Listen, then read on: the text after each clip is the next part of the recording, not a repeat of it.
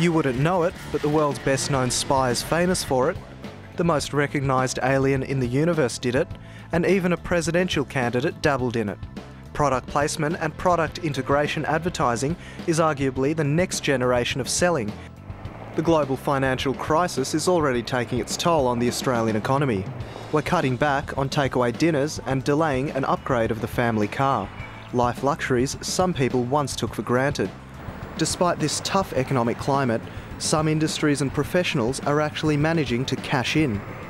No doubt with the downturn is certainly insolvency. We see a lot more voluntary administrations in terms of companies going under. All this in the wake of the raft of job losses sweeping the nation. It's a given that economic downturns mean job losses for both white and blue-collar workers. But for those who have lost their jobs and have a little bit of money behind them, it could mean a potential career change or following through on that clever business idea. Both the economy and politics appear to be affecting even the top end of the market. But it's luxury cars like these which often steal the limelight, giving your average motorist an insight into what it's like to drive a luxury car. But despite a looming recession and a global economic downturn, some motorists are forking out up to $1 million for a car like this.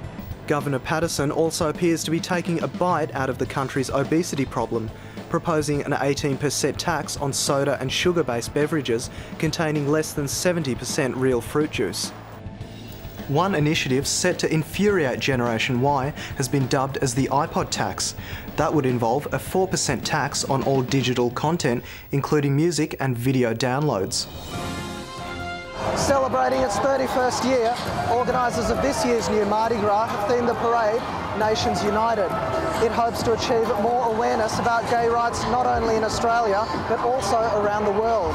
A recent Harvard University study found that it takes, on average, at least 20 milligrams of carbon dioxide per second to visit a website.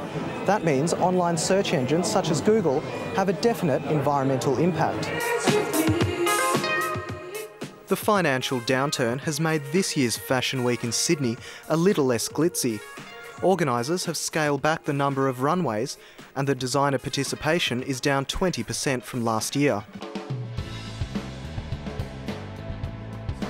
If you've got innovation to sell, you'll always sell it.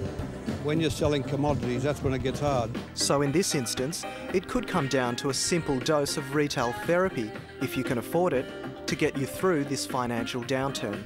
Debs Majumdar, World News Australia.